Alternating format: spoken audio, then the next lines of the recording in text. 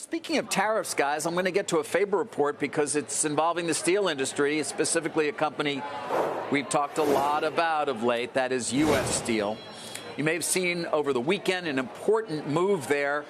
The termination process under CFIUS, remember, President Biden had terminated Nippon's deal to acquire U.S. Steel, and it had 30 days to do so. Now it's been pushed out till June 18th, the same day that the current merger agreement between the two companies expires. So they've got time to pursue their case against CFIUS, to pursue their case against Cleveland-Cliffs and the like. But we have some other news for you this morning as well, and something that would have likely come to the fore if, in fact, that timeline had been maintained in terms of termination. And that is that Cleveland-Cliffs, of course, which our viewers may remember was the cover bid so long ago when they first sold or agreed to that deal late in 2023 to sell U.S. Steel to Nippon, is back. And it's back, as you can see, in partnership with Nucor in another bid for the company. Now, this bid is a potential bid. There's no forcing function here any longer for them to come forward, unless, of course, President Trump were to do something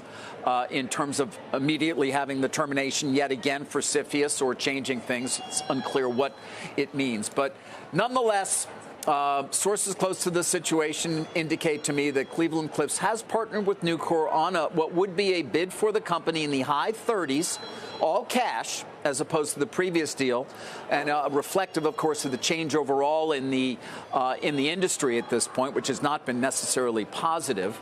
Remember, the Nippon deal's 55, so that puts it in some perspective. As part of this, essentially, Cleveland-Cliffs would buy the company and then immediately turn around and sell the Big River Steel. That's that key unit in Arkansas to Nucor. That's what Nucor wanted. Previously, they'd taken a look at it. Cleveland-Cliffs obviously made a bid alone. There were always antitrust concerns. This conceivably would ameliorate those concerns. There would as well, I'm told, be a hell or high water that go along with it. They would keep the headquarters in Pittsburgh for U.S. Steel. They would brand the steel product as U.S. Steel. Iron ore would be under the Cliffs brand name as well. None of this may come to the fore, but it is certainly something investors may want to keep in mind as we see how this process plays out now over what could be many months in terms of Nippon's continued attempt both to challenge the CFIUS ruling, to challenge Cleveland-Cliffs, and what they say was essentially tortious interference in their deal to begin with. But they are partnered, again, sources familiar with the situation tell me, with Nucor for that bid. Whether it comes to the fore or not.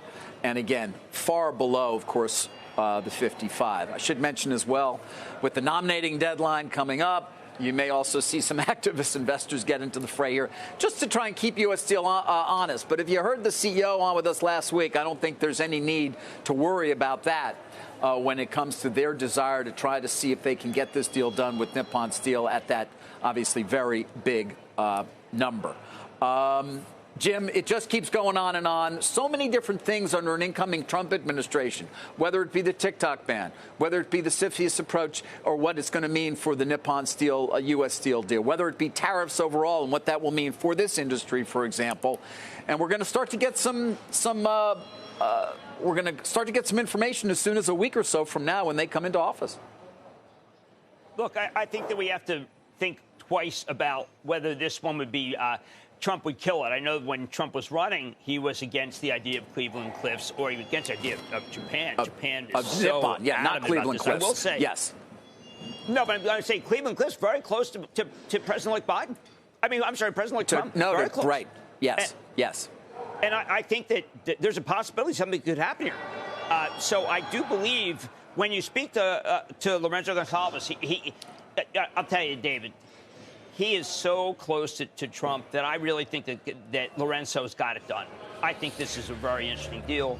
I think it's fabulous for Nucor. So that's kind of what you're dealing with at this point. If, in fact, he is close enough and that the Trump administration moves back the termination date under CFIUS, under the Bidens already saying that the deal can happen, then you will have this bid, according to my sources, in the high 30s, all cash, and with the immediate sell of Big River to Nucor. So markets keep that in mind. I've been saying Cliffs gets this from the beginning. Cliffs get this from the beginning. I'm doubling down. They're going to get it. All right. Well, the market's digesting this, and Carl. U.S. Steel shares are Lorenzo's a about winner. 6.5%.